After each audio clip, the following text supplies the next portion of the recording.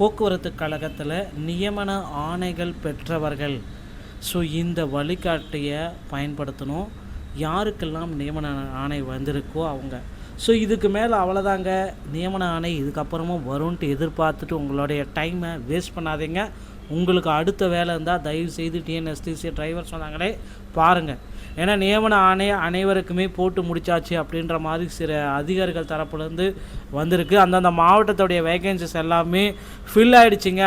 கேட்ட அதிகாரிகள் தரப்புலேருந்து நம்ம கேட்ட தகவல் பிரகாரம் என்ன சொல்கிறாங்க அப்படின்னா, எல்லா மாவட்டத்துலையுமே ஃபில் ஆகிடுச்சு, எங்கள் மாவட்டத்துக்கு எல்லாத்துக்குமே போட்டாச்சு. 190 வேகன்சிஸ்னால் 190 பேர் போட்டோம், 170 பேர் போட்டோம், 10 பேர் வாரிசு உரிமையில் இருக்காங்க அப்படின்றது எல்லாமே கிளியர் கட்டாக எக்ஸ்பிளைன் பண்ணிட்டாங்க. இனியும் அப்பாயின்மெண்ட் லெட்டர் வரும்ன்ட்டு வழிமேலே விடி வைத்து காத்திருப்பது உங்கள் காலத்தை வீணடிக்கும் நேரம் அப்படின்றத சொல்லலாம். ஸோ அதனால் அடுத்த கட்டத்திற்கு மூவ் பண்ணிக்கோங்க. டிஎன்எஸ்டிசியில் தற்சமயம் அந்த ஓட்டுநர் கம் டிரைவர், ஸோ ஓட்டுநர் உடன் நடத்துனர் பணிக்கு நீங்கள் அப்பாயின்மெண்ட் ஆர்டர் பெற்றிருக்கீங்க அப்படின்னா சில விதிமுறைகள் எல்லாமே மீண்டும் நீங்கள் செய்கிறதுக்கு தயாராகிக்கோங்க. தமிழ்நாடு அரசு போக்குவரத்து கழகம் டிஎன்எஸ்டிசி ஓட்டுநர் நடத்துனர் பணிக்கு தேர்வாகி பணி நியமன ஆணைகள் பெற்றவர்கள் அடுத்ததாக செய்ய வேண்டியவை மற்றும் தயார் செய்ய வேண்டிய சான்றிதழ்கள் தெளிவாக விளக்குவது குறித்து தான் இந்த வீடியோவில் இருக்குது. ஸோ அப்பாயின்மெண்ட் ஆர்டர் பெற்றதுக்கு தான் இந்த வீடியோ அடுத்து தொடர்ந்து பார்க்கலாம். அப்பாயின்மெண்ட் ஆர்டர் வராதவங்க தயவுசெய்து உங்களுக்கு அடுத்த டிரைவர் வேலை ஏதாவது கமிட்மெண்ட் இருந்துச்சுன்னா அதை நீங்கள் தயவு செய்து விட்டுறாதீங்க. அந்த வேலையில் மும்முரமாக ஒர்க் பண்ண ஸ்டார்ட் பண்ணிக்கோங்க. இதற்கு மேலும் அப்பாயின்மெண்ட் லெட்டர் வரும் என்று நீங்கள் எதிர்பார்த்த கனவுகள் எல்லாமே நடக்காது. ஸோ கண்டிப்பாக இந்த இருப்பிடச் சான்றிதழ் கண்டிப்பாக வாங்க வேண்டியதாக இருக்குது. நான் ஒவ்வொரு சான்றிதழாக சொல்கிறேன். கல்வி சான்றிதழ், மாற்றுச் சான்றிதழ், மதிப்பெண் சான்றிதழ், சான்றிதழ், இது எல்லாமே பேசிக்காக இருக்கிறது. ஓகேங்களா? ஒரு வாரத்தில் இது எல்லாமே நீங்கள் வாங்கி உங்களை நீங்களே தயார் நிலையில் தயார்படுத்தி கொள்ளுங்கள். இப்போ தயார்படுத்தினா மட்டும்தான் பார்த்திங்கன்னா அடுத்த கட்டத்துக்கு உங்களால் மூவ் ஆன் பண்ண முடியும். ஸோ இது எல்லாமே இம்பார்ட்டண்டான ஒரு சில விஷயங்கள் தான் நான் இப்போ உங்களுக்கு ஷேர் பண்ண போகிறேன். ஸோ இருப்பிட சான்றிதழ் மற்றும் போலீஸ் சரிபார்ப்பு இது எல்லாமே டேட்டாபேஸ் எல்லாமே கிளியர் கட்டாக எக்ஸ்பிளைன் ரெடியாக வச்சுக்கோங்க. தற்பொழுது அந்த நீங்கள் எங்கே அந்த இருக்கிறதுக்குங்களோ அந்த ரெசிடென்சியல் சர்டிஃபிகேட் மற்றும் போலீஸ் சரிபார்ப்பு சான்றிதழ் வெரிஃபிகேஷன் ஆகியவற்றை உடனடியாக இ-சேவை அல்லது ஆன்லைன் மூலம் நீங்கள் விண்ணப்பித்து எடுத்துக்கலாம். உள்ளூர் காவல் நிலையத்தில் விரைந்து முடிக்கப்படும். ஆன்லைனில் விண்ணப்பித்த பிறகு உங்கள் உள்ளூர் காவல் நிலையத்திற்கு சென்று பணி நியமனம் குறித்து நீங்கள் எல்லாமே சொல்லிவிட்டு உங்களுடைய போலீஸ் வெரிஃபிகேஷனை அங்கேருந்தே பெற்றுக்கலாம். ஆன்லைனில் விண்ணப்பித்த பிறகு உங்களுக்கு உள்ளூர் காவல் நிலையத்திலிருந்து சென்று பணி நியமனம் குறித்து தகவல் தெரிவித்து சான்றிதழ்களை விரைவாக நீங்கள் பெற்றுக்கொள்ளலாம் அப்படின்றத குறிப்பாக சொல்கிறாங்க. ஸோ இந்த கல்வி மற்றும் தனிப்பட்ட ஆவணங்கள் இதில் தாங்க நிறைய பேருக்கு இன்னும் குழப்பத்தில் இருக்குது. எஜுகேஷன் சர்டிஃபிகேட், மாற்று சான்றிதழ்கள்லாம் டிசி, மதிப்பெண் சான்றிதழ்கள் அப்படின்னா 10th 12th டிகிரி டிப்ளமோ எதை படிச்சிங்களோ அது எல்லாமே, அதுக்கப்புறம் டிசி அனைத்து வகையான மதிப்பெண் சான்றிதழ்கள். இதர சான்றிதழ்கள் தான் ஜாதி சான்றிதழ்கள் மற்றும் தமிழ் வழி பிஎஸ்டி வந்துச்சுன்னா கூட அதை வச்சுக்கோங்க. ஓகேங்களா? வைத்திருந்தால் அவற்றை தயார் நிலையில் வச்சுருக்கோம். ஓகேங்களா? ஸோ இது எல்லாமே பார்த்திங்கன்னா இந்த டாக்குமெண்ட்ஸ் எல்லாமே கம்ப்ளீட்டாக இருக்கிற மாதிரி பார்த்துக்கோங்க. இன்னும் ஒரு வாரம் காலம் காத்திருக்கோம். அனைத்து மண்டலங்களுக்கும் பணி நியமன ஆணைகள் வரும் அப்படின்றது சொல்கிறாங்க.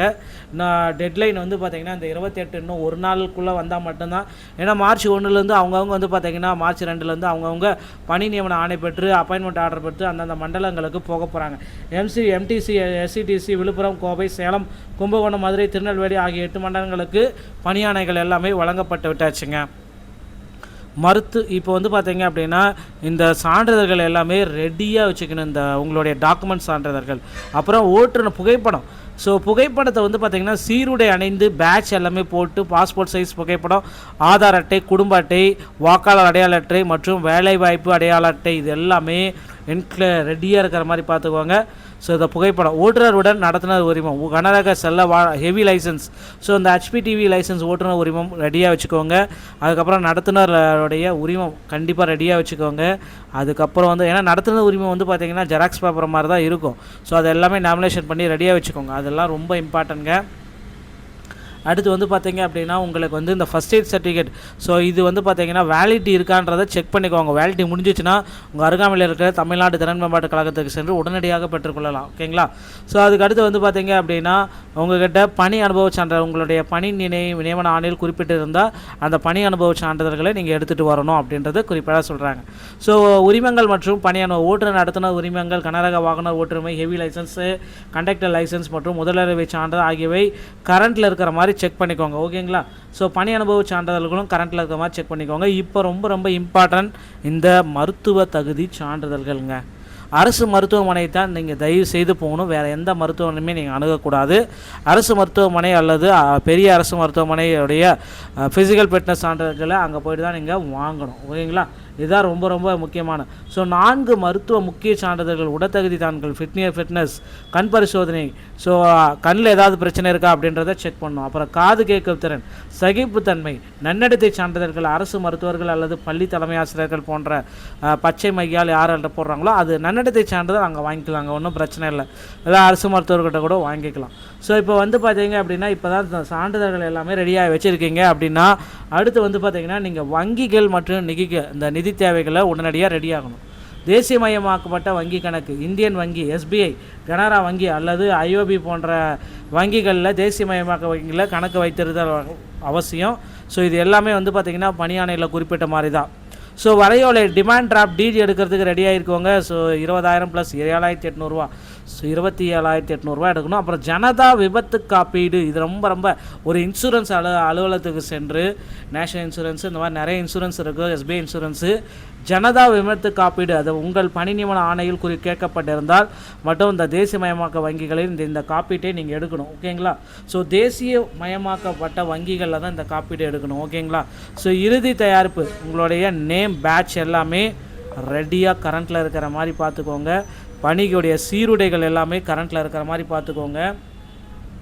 ஸோ பணிமூப்பு சீனியாரிட்டி எவ்வளோ விரைவாக உங்களுடைய ஆவணங்கள் நீங்கள் சேர்க்கிறீர்களோ, எவ்வளோ சீக்கிரம் போகிறீங்களோ அப்போ தான் உங்களுடைய சீனியாரிட்டி உங்களுக்கு முன்னுரிமையாக போகும். ஓகேங்களா? என்றைக்கு ஜாயின் பண்ணுறீங்க, எந்த நிமிஷத்தில் ஜாயின் பண்ணுறீங்க, எந்த நேரத்தில் ஜாயின் பண்ணுறீங்க, எல்லாமே உங்களுடைய சீனியாரிட்டி பேஸ் பண்ணி போகும் அப்படின்றத குறிப்பாக சொல்கிறாங்க.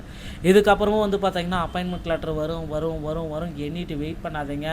அப்பாயின்மெண்ட் லெட்டர் எல்லாமே போட்டு முடிச்சாச்சு. 2,700 பேர் போட்டிருக்காங்க. இன்னொரு 500 பேர் ஹோல்டில் இருக்குது. அது என்ன கதைன்றது இன்னும் நமக்கு புரியலை. ஸோ நமக்கே அது வந்து பார்த்திங்கன்னா இன்னும் எக்ஸ்ப்ளனேஷன் அதிகாரிகள் தரப்புலேருந்து அந்தந்த மாவட்டத்தில் ஒரு 10, 20, 30, 40 ஹோல்டில் இருக்குது. ஓகேங்களா? ஆனால் அவங்களுக்கெல்லாம் போடுவாங்களான்றது சரி வாய்ப்புகள் குறைவு. ஒருவேளை மெரிட் லிஸ்ட்டில் இருக்கிறவங்களுக்கு முதல்ல போட்டுட்டு அதுக்கடுத்து மார்க்கில் வருவாங்களான்றது கொஞ்சம் சந்தேகமாக இருக்குது. பொறுத்து வந்து நம்ம பார்க்கலாம்.